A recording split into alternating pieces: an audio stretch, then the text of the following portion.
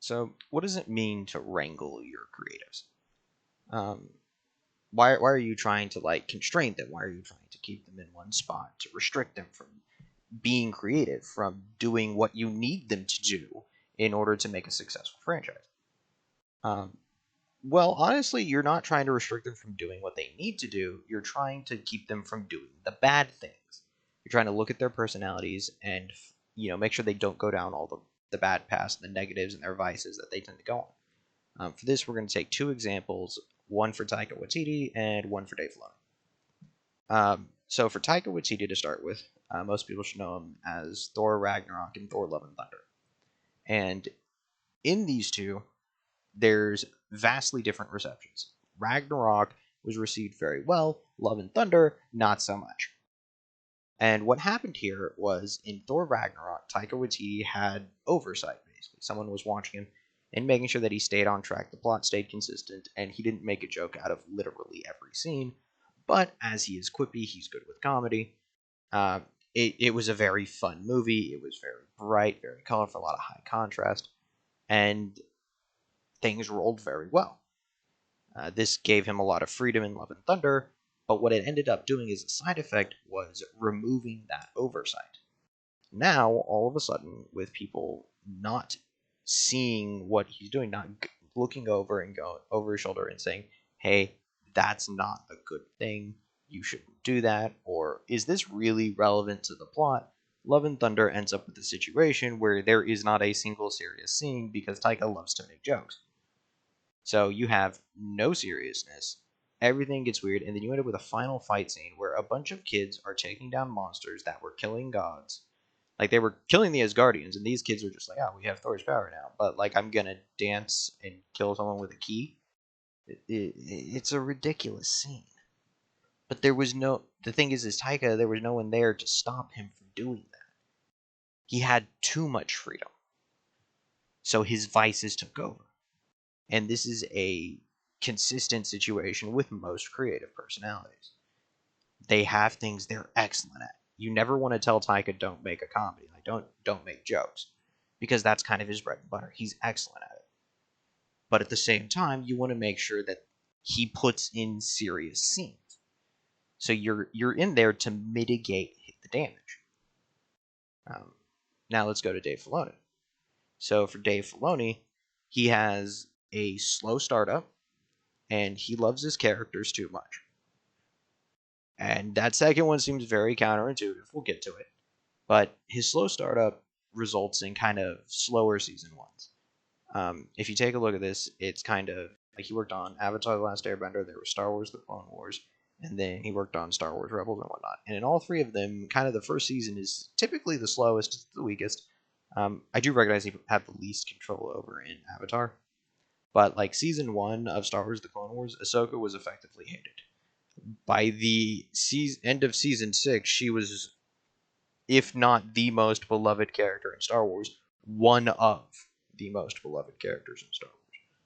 So he's able to build this up over the course of 6 seasons, and he changes it around and he turns it over once he starts getting traction under his wheels. That happens somewhere between mid season 2 to start of season 3. And that's kind of his MO. But what happens is he falls in love with this character. He loves Ahsoka too much. And then this translates over to Rebels, where there is a part of season 2 where Ahsoka Tano is missing. She's MIA. Nobody knows if she's dead or alive. And that's because it happened with the duel with Vader. Vader's going to survive. Ahsoka Tano is not in the later trilogies. And everything pointing to it is that Ahsoka was probably killed at this point, but it's very much in the air. Well, later on in the series, time travel gets brought in. This is known as the World Between Worlds, and what happens is Ezra Bridger goes back in time and pulls Ahsoka out of that moment, just outright, changes the past. So in theory, she had died and then was removed from the moment, so she didn't survive. This is world breaking. In terms of the mechanics of Star Wars, you can't do this. Time travel is too dangerous. Because now you have to ask, why did anyone need to die? Why did Qui-Gon need to die? If you could go back in time, save Qui-Gon Jinn from Maul just by like shooting Maul in the back, Anakin Skywalker never becomes Darth Vader. Just flat out. Um, he has a mentor who is a father figure at that point instead of an older brother, and he gets the proper teachings of the Jedi, and he never turns to the dark side. So the whole series goes away. Like all episodes 2 through 6 just don't happen. You go to Tales of the Jedi, even with Qui-Gon not dead, Dooku doesn't join the Sith, kind of in the hardcore way that he does. He doesn't fall off. He's at that point, Qui-Gon can pull him back because he's tied to Qui-Gon. So why don't you just solve the whole series by going back in time and saving Qui-Gon Jinn? This doesn't make sense. Why don't you do this? And that happens because Dave Filoni loves Ahsoka Tano too much. He, by necessity, has put him into a situation. Well, not by necessity, but he has written himself into a wall where the only way to save Ahsoka Tano is to introduce time travel. And his love of Ahsoka Tano means he will write that time travel in, and you can't do that. You have to be willing to let your characters go. If they are going to die, you have to let them die, or concoct a reasonable reason they will not.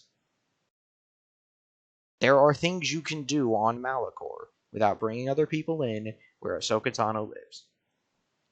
None of those are done. Time travel's introduced. That is a devastating vice. So when it comes to wrangling Dave Filoni and Taika Waititi, what you're doing is you're going in and you're looking for those vices. When they want to go out and they want to say, hey, I want to go to, Dave Filoni goes, I want to go to Malachor, I want to have a fight with Vader. Cool. And then you look at it, you see how it's written, you go to it, and you're like, all right, right here, Ahsoka Tano should be dead. If she's going to not die, you're going to need to explain this to me before you write it in. Because I need to make sure that you're not breaking the universe to do it. You go to Taika Waititi, you go, okay, I need to see the final script and how these scenes are going to play out before you go film them.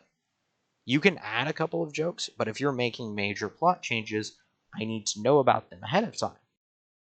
This is to make sure that he's got a consistent plot, that he has a plan, that he sticks to his plan. And as long as they do that, they will go and create excellent movies, excellent series. But you have to make sure that their vices don't overtake their talents. And that's what it means to wrangle your creatives.